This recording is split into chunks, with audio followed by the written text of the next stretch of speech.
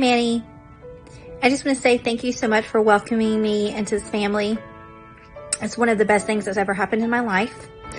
And I appreciate you welcoming me with such open arms. I'll never forget the first time that I met you. You had those sparkly eyes and warm laughter, and then you cooked shortly thereafter, and it was amazing. And I was like, gosh, oh, this really likes me. The food's really good. I miss your jokes, and I miss the crazy stories, and I also miss you saying that we are the same after some kooky, crazy story, and you're like, you get it, because we're the same. But I'm so happy to see glimpses of you and your grandchildren, not just ours, but also John and Rachel's. It's like your legacy lives on, and I love seeing it. So I miss you, and I love you, and hope we'll meet again. Hi, Poppy. I'm Parker, and I know you're so sweet, Poppy, and I love you with all my heart. And I miss you so much. You will see me soon. Hi, Poppy. This is Charlie, your granddaughter. I hope you're doing well up there with Poppy Irvs and everyone else. I miss you and your funny jokes. They always brightened up my day. I always enjoy coming to visit you. I insisted to come see you the night that you left us. The next day it broke my heart to hear that you'd gone. But I know that you're in a better place now. I hope you come to visit us soon. Hey, Poppy. It's Big John, your favorite son-in-law. And as you said, a man of few words, strong, silent type. But Big Manny was a man of many words. Many, many humorous, some English, some Italian, some inappropriate, often sarcastic words, tinged with life, love, affection. One of the most passionate men I've ever known. When he loved something, he was all in. The Republican Party, the Atlanta Braves, cooking, online shopping, his family. Most importantly, he loved his family dearly. He was a family man and someone I truly look up to. I first met Manny about 18 years ago when I started dating his daughter, Rachel. We'd been dating a couple months, long distance, and I went to visit her in college, and I knew her parents were going to be there, and I was going to meet them for the first time. And so after the game, Rachel's basketball game, I still hadn't met Manny and Phyllis yet, but I told Rachel I wanted to make a good impression on her parents, and I asked her if I could drive to dinner. You know, I'd flown on an airplane to Georgia, so I didn't have a car, but I wanted to drive her car to dinner. And she was fine with that, and so her parents were following us to the restaurant. And I don't know what happened, but I somehow swerved off the road, about crashed, and I was like, oh my gosh, this is a great first impression. So we get to the restaurant, and you know, I go to meet Manny for the first time, and he says, "So you're dating my daughter, eh?" I looked at him and said, "Yes, sir," and go to shake his hand, and he looks at me, gives me that look. You know that look if you know Manny. Gives me that look and says, "We're Italian, we hug," and proceeds to hug me. And so I'm like, okay, this is different, but a good sign. And that's Manny in a nutshell. You know, a tough mafioso exterior, but a really big, passionate teddy bear on the inside.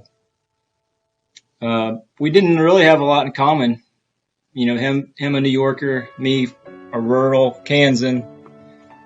You know, him an extrovert, me an introvert.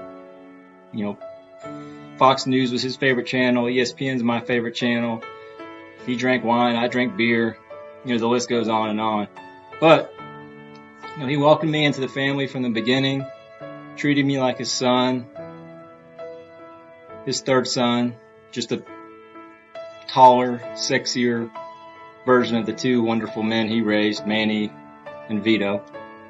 And even though we didn't have a lot in common, he always tried to connect with me, whether it be, you know, through sports and, you know, particularly football. He knew I love football, so he tried to ask about football or talk about football, although I don't think he knew the difference between a nose guard and a nosebleed. But I always felt, you know, made me feel good that he tried to connect with me and tried to make me feel like part of the family. You know, he loved to bust your chops, but he always did it in a fun way. And that's one of the many reasons, you know, I love that guy.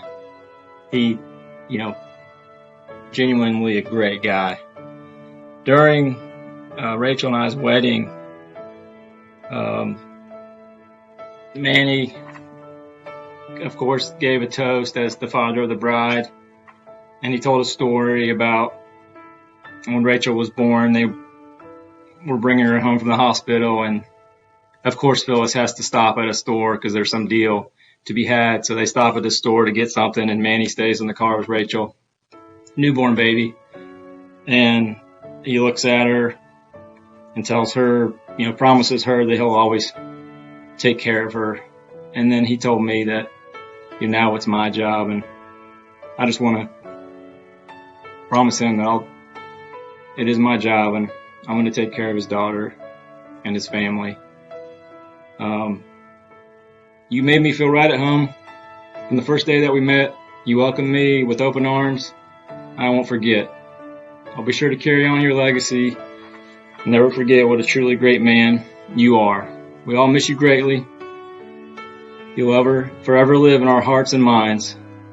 Ti amo, Dad. Dear Poppy, when I think about you, I remember all the times that you made me laugh and taught me words in Italian and how to play the piano. I love how my name is after you because I get to remember you every time I hear it. And I would do anything just to be in your presence again and give you a hug and talk to you. Anytime you walked into a room, it was brightened and everyone smiled because you were just the light of the day. I love you and miss you. Hey Poppy, it's Logan, your only grandson.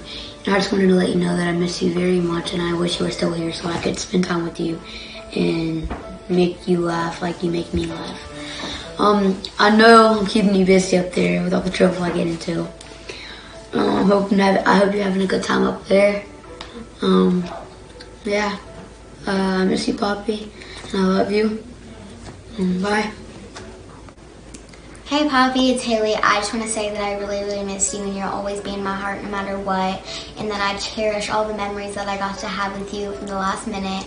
And the day that I was born, I already knew that you were going to be the best Poppy in the world, and you did.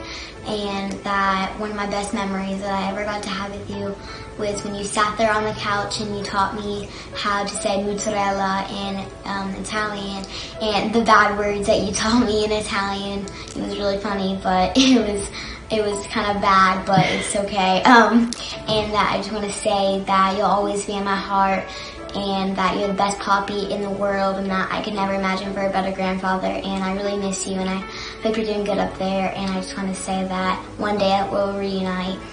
Love you. Hi, Manny. This is a celebration of your life here on Earth, and I'm very happy to be participating in it. I was your sister-in-law for almost 35 years, and I miss you. I miss our private little conversations that we used to have, and I miss us, the recipe exchanges we used to do. We shared a love of cooking. Do you remember the time when the Atlanta Journal Constitution ran a contest for the area's best home cooks, and I submitted your name, and they called you, and you were so excited. We all were. And they came out and they did a picture, and they did a photo shoot. They did a article. Your customers saw it when they printed it. It was really a neat thing. It was something we talked about for a long time. And then there was the one when you took my babysitter home up north. It was the winter time. It was icy and snowy. It was 50 years ago. And you took her out of the car, you put your arm around her waist, and you were sort of dragging her up the walkway, and she was giving you quite a bit of resistance, and you kept telling her, I'm not going to drop you, you're going to be fine, and finally she said to you, but I don't live here. It was the wrong house. Do you remember that? Oh my gosh, every time I tell that story, I just laugh and laugh and laugh some more. Well, the one thing I do know, Manny, is that you're not having any more breathing problems. I'm sure the angels' harps are finely tuned, and God's probably eating a little bit better. I do miss you, and until we meet again, Manny, Gendarme and salute. Sorry I couldn't make Manny's celebration of life, but I'm sure he's in a better place. He's with his mom, his dad, and his sister. On second thought, maybe not. Just joking. I'm sure they welcomed him with open arms. And I'm sure right now he's singing to all the angels up there with his wonderful voice. Rest in peace, Manny. You had a great life, great family. Manny, you know me. I'm Peter Ullman. Manny, our relationship was framed by the simple truth you told me when we first met. You told me, well, we both love the same woman. From that day forward, I came to understand, appreciate, and love you. You embraced me as your brother and accepted me into your family. In doing so, you showed me a unique character, one of love, affection, and acceptance. And you're the only man that I have ever kissed on the lips. Manny, you and Phyllis created and nurtured an incredible family. Vito, Rachel, and Manny are beautiful souls, and they are likewise in the process of creating their own special families. A man could not earn a greater monument in life than this family of yours. Manny, words cannot express the love, gratitude, awe, and respect that I have for you.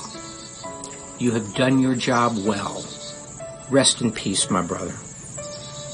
Hey guys, it's Cousin Frankie here.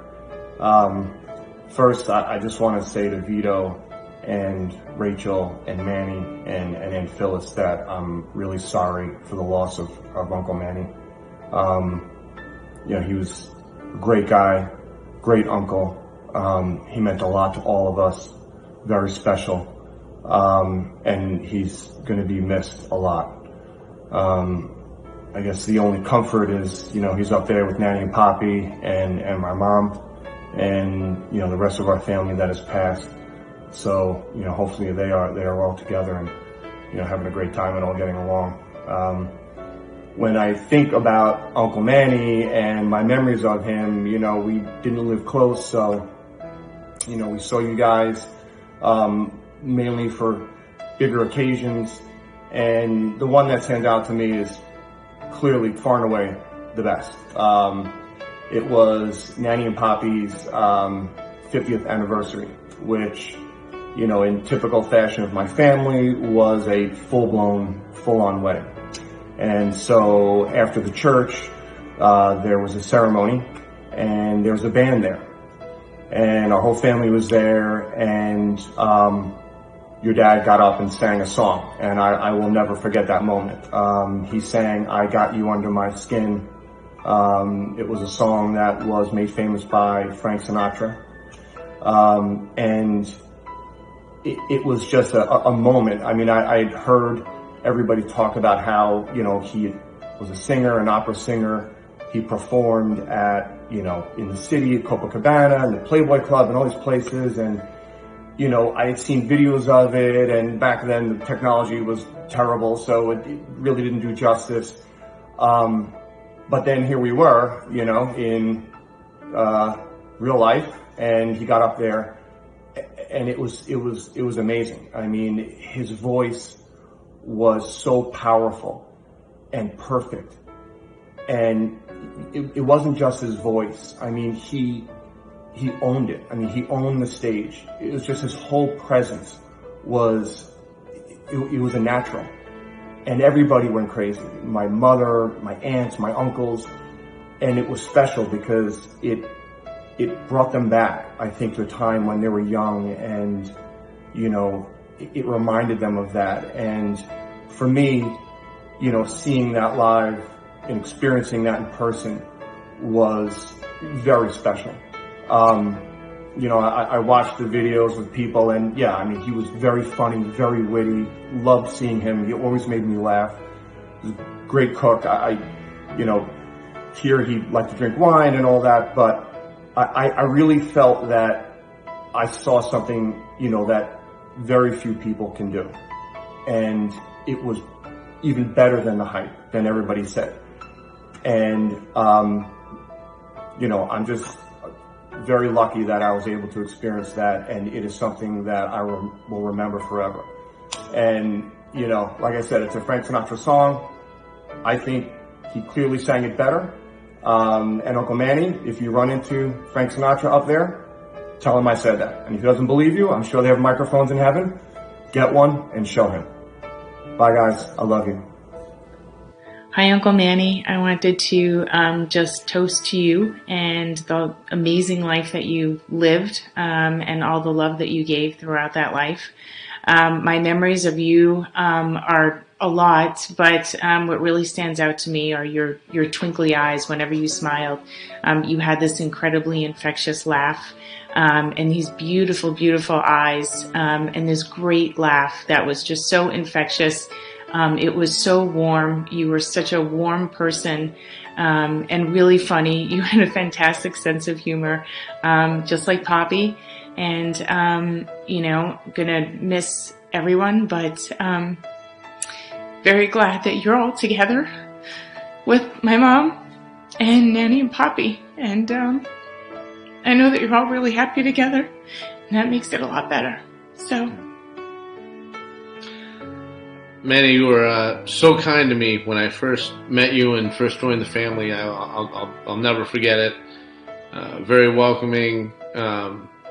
And I used to have business down in Atlanta, and I remember stopping in to see you without Tracy, without anybody, and spending some time, and it was terrific. And I can only imagine the conversations we would be having in the middle of this election right now, and then finishing it up with not a glass, but probably a full bottle of wine, and I miss those times.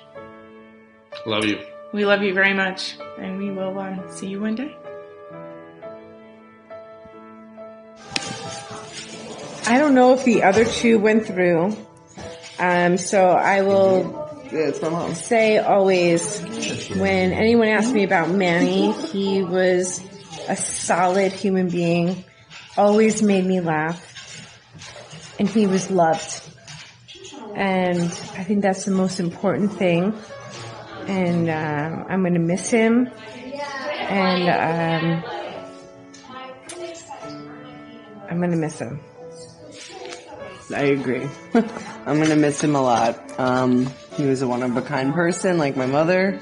And told amazing stories. Yeah, he was very funny. Amazing stories. The best stories. Yes.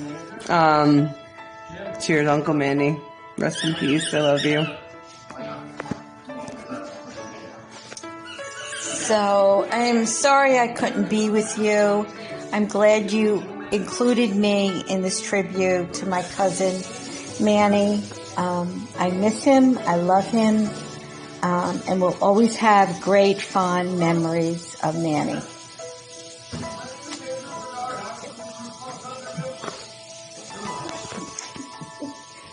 Hi. Unfortunately, we weren't able to make it down to Atlanta to celebrate in Manny's life. Today was my granddaughter's first birthday, and it just coincided and with the problems with COVID. But I must say, I was looking at an old picture of Manny and I. We were very young. He was Rick Daniels, and I was 15 and very smitten with him. He was the only guy that my mother would allow me to go out at 11 o'clock at night and tour New York City with him. We went to the Copa. He showed me a lot of spots that I would have never gotten in when I was a young girl, and stayed out half the night and brought me home in early morning. Those are just some of the things. We were just very close growing up, Manny and Colette. I just want to say that he will always hold a special part of my growing up and my love for him. I will miss him terribly, and I will always hold his heart in the palm of my hands. Manny, I love you, and I hope you rest in peace. I know you're with your parents and your sister. I'm sure that they greeted you with open arms, and you will be terribly missed with the people you left behind. So, with that said, there is not much more to say, but I love you dearly.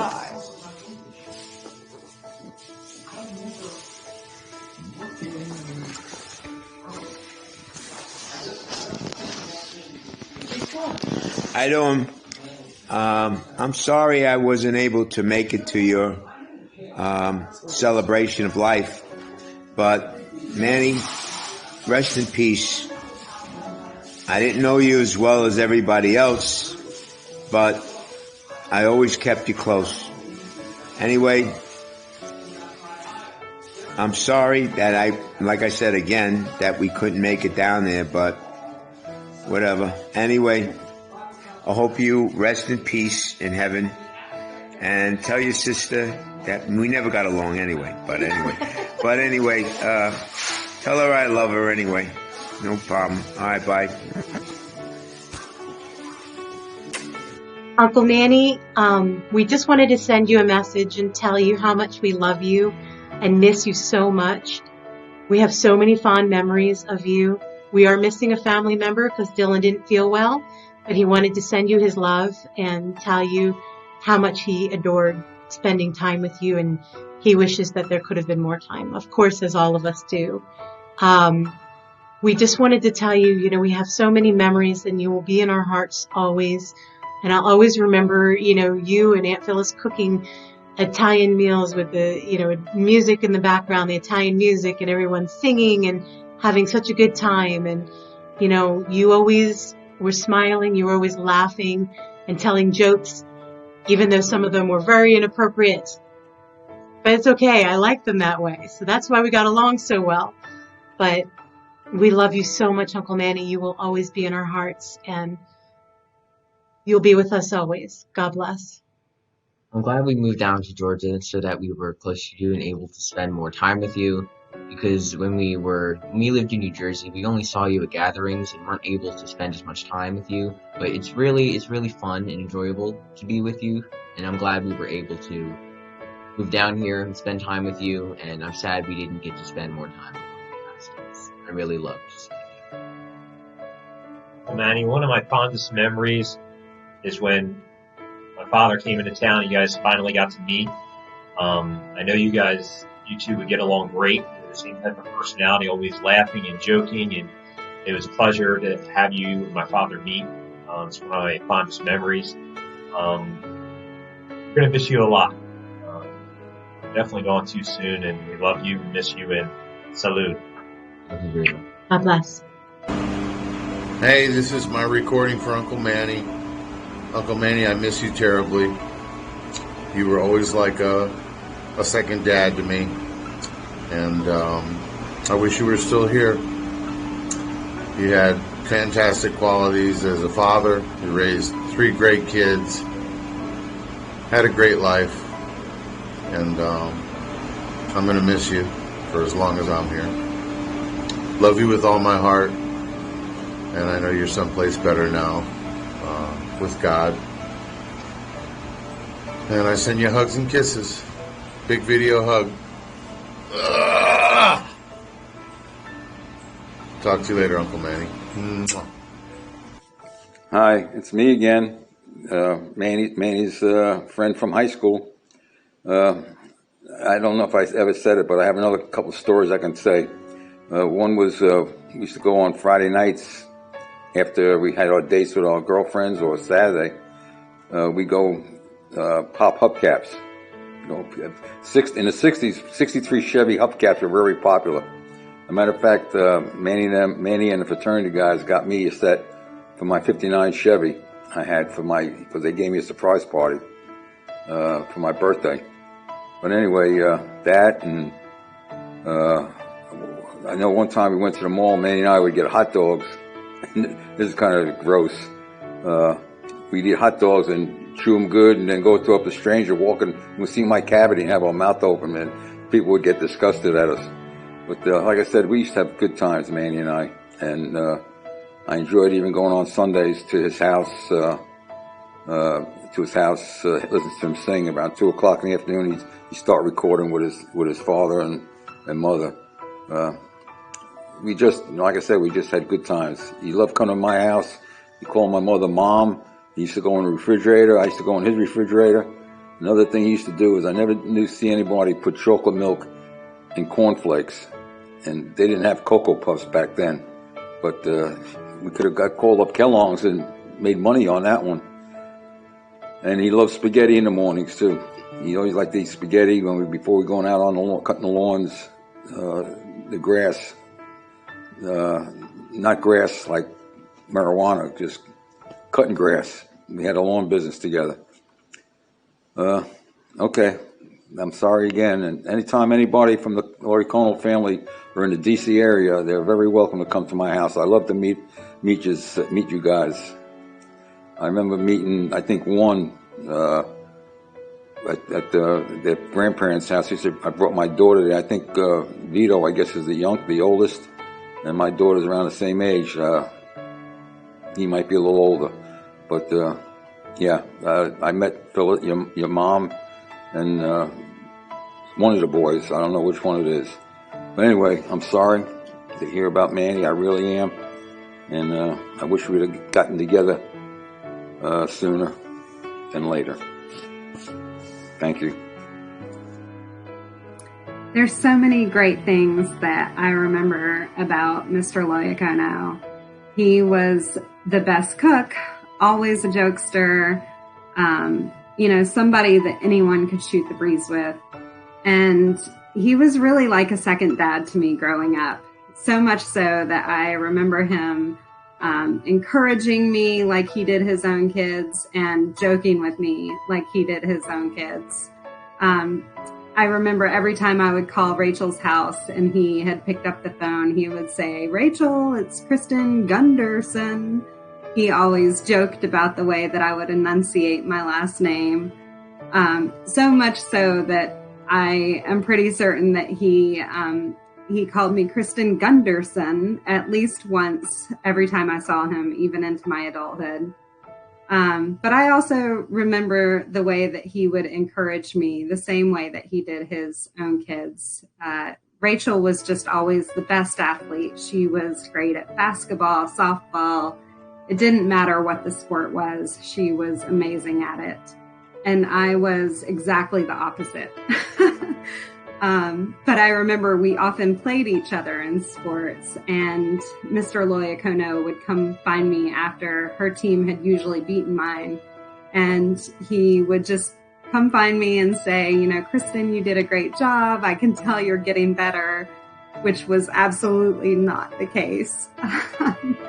So that means he was also a really good liar. But those are just some of my favorite memories of Mr. LOIACONO. And I think that I speak for everyone here when I say that I miss you dearly already. And I have no doubt, though, that you will find some way to continue to encourage us and continue to joke with us from your new vantage point up above. We love you. Hey, Manny. It's Matt. I just wanted to share two of my favorite memories with you in 27 years that we knew each other. First one was when me and Manny destroyed the swing set, and we told you that a massive storm came through and you believed us. And my favorite was when you were with me, my dad, and Manny in Vegas for my bachelor party. It was some of the most fun I've ever had in my entire life. I'm going to miss you, my friend.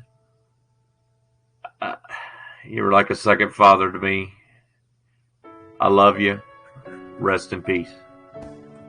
My name's Joshua Wall. I've been a family friend of the LOIACONOs for 35 years. As much as it pains me to have to make a video for Manny Sr., I'm honored to be able to do so as well.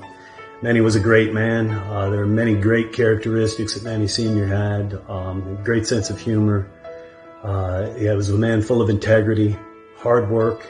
The one that stood forth the most to me was his compassion. In high school, knowing Vito since we were at the age of 9 in high school, Vito was involved in a serious accident in which he could have been killed. And it bothered me throughout the night. And that next morning I got up early and called the LOIACONO house at 6 a.m. and spoke with Manny, and he gave me an update. And while he was mid-sentence giving me that update, he stopped and just said, I just want to let you know how much I appreciate you calling. There was no other family or friends that he'd called, and how much that he loved me, and that I'd always be a member of the LOIACONO family. And for me not to be blood, that meant a lot to me. And that compassion is something that has held with me throughout my life, because in certain situations I've been in environments to where compassion is not at the frontmost of qualities that people are showing forth. And it's something that has always helped bring me back to center and bring things into perspective. So, you know, having Manny treat me like a father and Phyllis treat me like a mother was an immense benefit for me growing up. And I just wanted to thank Manny for everything that he's done. I hope to see him someday in heaven, and we love you and love the LOIACONO family. Manny, thank you for your grace and hospitality and welcoming me into your family. Also, you know, your son Vito is one of my best friends, but I really felt part of the family. Always have, and I'll never forget our dinners that we would have on Sunday together. You would welcome me along with your actual family. So that meant the world to me. One quick story. You're the man that taught me how to saute spinach. Never knew how to do it, not a cook. I'll never forget, I asked what I could do to help cook as we were cooking chicken parmesan and chicken limon. And you asked, why don't you go ahead and saute the spinach? And I went over there thinking I could do it, being all arrogant and young that I was. And you came over there very quickly and scolded me and said, you know, that's not how you do it. So I loved it. That memory is always stuck in my head and always will. Again, cheers to you. Love you, buddy. I wish you the best, and may you rest in peace. Go. I hope Manny won't object to a little of what the late unlamented Joe McCarthy called a little toddy for the body. But I figure bourbon is always a good accompaniment to a pleasant reminiscence of a great guy. I'm thinking it was late 1988 or early 89 when I met Manny. We had just recently moved to Cobb County from Decatur, where we bought a an old clunky upright piano, but had a good piano tuner. And as soon as we moved into the new place up in Cobb County, there was more room, and my mom had always said that as soon as we had a place big enough, we were welcome to the family parlor grand piano, the Steinway vintage 1914 that had been bought by my grandfather for my grandmother in 1914 and had been through 75 New England winters. And she very kindly had it shipped down to us, and we needed to find a good piano tuner because this old girl had never had anything done to her besides an occasional tuning. And luckily, the guy who tuned our piano in Decatur recommended Manny. And I called him up, made the appointment, and this cheerful guy with, I believe it was a New York Yankees baseball cap, showed up at the door. That was a good sign because growing up, my hero was Mickey Mantle, and he was a Mantle fan too, so something else we had in common. Showed up at the door, and the first thing he asked me was, okay, where's the patient? So I led him downstairs and showed him the piano, and he said, just leave me alone, and I'll check it out, and I'll tell you what I think. And I could hear him tuning by ear. That was the key. The condition of the piano was what you might expect after having nothing done to it for 75 years, but he said it could probably use a good reconditioning, but we weren't in a financial position to do it at that point. This was late 80s. Well, Manny's tuning every 6 months kept that piano going in its original condition for 19 more years, and I'm not sure how many more we could have gotten out of it before a complete reconditioning. More about that later, but just the fun that I had with every Manny visit, because he'd always have stories to tell about how he learned the trade at the Steinway factory, talking movies, talking sports. And what changed everything in September of 2009 was the big flood, where we got close to 3 feet of water in our ground floor, and that meant the water came up to the bottom of the keyboard. And I didn't know whether the piano was a total loss. So after I finished talking to our insurance lady, and we moved everything we could upstairs, I called Manny and said, help, what do we do about the piano? So he said, well, when it comes to good restorers, call Piano Works in Duluth. And so I did, and they sent a crew out, moved what was left of the piano to their place, and said, well, we'll see what we can do and get in touch with you. As it turned out, it was going to be salvageable, and later turned out to have been eminently salvageable. But it was going to take months, maybe as long as 6 months, but I couldn't wait that long, so I had to go look for a new piano, or a reconditioned one. So with Manny's help, I scouted a couple of places, found some good prospects, finally found at Piano Works, they just reconditioned a 1912 Steinway Model M. Manny checked it out, called me later and said, this is your piano. 10 years later, it still is. Manny had a few more years tuning our piano until his health problems made it impossible. Manny Jr. took over, same tuning by ear, same expertise. He told me after one tune-up that his father had moved to Merrill Gardens Assisted Living, and I went over and visited Manny, not knowing what to expect. Same cheerful Manny. We talked about movies, sports. The next time I saw him, a couple of months later, he had been moved to Georgian Lakeside. The last time I saw him, had to cut it short because a nurse had to come and see him. And I was obviously very sorry to hear that he had died, but I'm lucky to have known him. He was a genuine Renaissance man. I think of him, and I thank him every time I sit down at this piano. Yeah, I met Manny when he first came from New York, and he had a deep northern accent, and I had a deep southern accent. So we had a hard time communicating for a while, but we became good friends. We both worked at Baldwin for a good many years. And then his son came to work at Cooper Music with me, and I kind of took him under my wing, and he'll be sorely missed. Hi, my name is Gina Baumgartner, and I have been a customer of Manny Senior's for many years. And it's always been a joy to have him come into our home and tune our piano. And he always did a meticulous job. And after he would tune the piano, he would always play a song. And one time I remember he played Somewhere Over the Rainbow, which is one of my most favorite songs. So I'll always remember that as a really nice, fond memory. And I know he will be greatly missed by everyone that knew him, his family, friends. And I really am thankful to have this opportunity to share my most fondest memory. Thank you. Hi, my name is Anthony Ferrari. I had the pleasure to meet Manny and basically be our piano tuner for many, many years. Manny and I had some really good conversations. One of the things that really struck me about Manny was his passion for piano tuning, as well as his education at Steinway, which he proudly told me about in detail many times. And it was just wonderful to see a person that had that much passion and that had that much enjoyment about his trade and his craft. And being Italian was an added plus, so we talked about our heritage as well. So may God rest his soul and all the faithful departed. Hi, my name is Sheila Wilson, and I knew Manny as our piano tuner since 1993.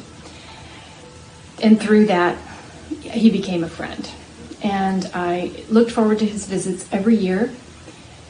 I enjoyed always asking him about his family and watching his face light up the room. Phyllis, he loved you beyond measure. And the children, he would absolutely glow when he spoke of you, talking about your accomplishments, your interests. He was so very, very proud of you. He was a kind and gentle soul, and I know he will be greatly missed by everyone who knew him. Hi, my name's Mike Lavasser, and I'm pleased to share some memories of Manny with you guys. I've got a beautiful Steinway piano, and it was a pleasure to have Manny, who trained with Steinway in New York, be my tuner. He tuned it for about the past 7 or 8 years, and I'd love to sit and listen to his stories about how he tuned pianos for people like Perry Como, Count Basie, and all the jazz greats from way back when.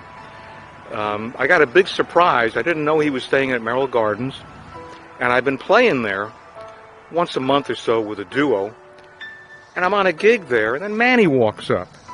So it was great fun to see him, and he actually came up and sang Hound Dog by Elvis with us. And for me, it was a great pleasure to see him smile and entertain him for a change instead of him entertaining me with his stories while he's tuning my piano. He's definitely going to be missed, and I'm certainly glad that he was part of my life. All the best to the family. Bye. Hi, LOIACONO family. Charlene here, just saying hello and wishing you well and remembering the great times when Manny would come and tune this lovely piano. He was so much fun to talk to and always talked about his family. And my favorite part about his visit was once he was through tuning, he would play the most beautiful pieces, and I always enjoyed that. He's someone I'm going to miss, but have enjoyed having his son come and tune our piano. Love to you all. My heart is with you. God bless. Hi, my name's Paula, and I just wanted to share a few memories I have of Manny. Manny started tuning my piano when my parents gave me my childhood piano back in 1992. I used to smile because after every time he tuned it, he would always compliment me that the Baldwin Acrosonic was such an awesome piano, and here I thought it was just an old piano. I only saw him on a yearly basis, and I thoroughly enjoyed his visits, especially at the end of each tuning session when he would play some beautiful songs for a few minutes. I could really tell music brought him joy. When I was shopping for a grand piano, he really helped us out with some much-needed advice, so I knew I was really making a good decision. Manny was a kind and fascinating man, and I'm so thankful to have known him. I'm also thankful for Bonnie, who recommended him to me. And my piano, which my parents gave me when I was 8, and I brought over with me, or she had it moved over for me later on, meant the world to me. It was my most prized possession, and I always felt like Manny, who was trained by Steinway, would take really good care of it, which he did. And I could tell he could play by ear. He had a good sense of pitch, and he always did a good job when he tuned my piano. I always felt like my piano was in good hands with him. And the pianos at the church were in good hand because he really took good care of them too. So we were really lucky to have Manny taking care of our pianos. Yes, we were. Manny started tuning my piano about 29 years ago, and it was friendship at first sight. He tuned, and then we talked. I knew all about his family. I knew what a super teacher Phyllis was, what his kids were doing. He always had the best stories. He had great tips on Italian cooking, and he was just great. And I think one of the things I liked the most about him, he liked my piano. He would always tell me what a good piano I had, and it kind of meant a lot to me. I will miss him terribly. My name is Diane Fingerson. Manny would come once every 6 months to tune my piano, and boy, would I look forward to seeing him, because we were both insufferable political junkies. We could talk politics until the cows came home. Eventually, we'd get down to business, and he would tune my piano, and he would come back 6 months later, and we'd do it all over again. I'll miss our discussions, his quick wit, and all of his ball caps. I do wonder, though, while he's in heaven, what in the world does he talk about? Because up there's no politics, no wine, no food. So we'll have to find out when we get up there and join him one day.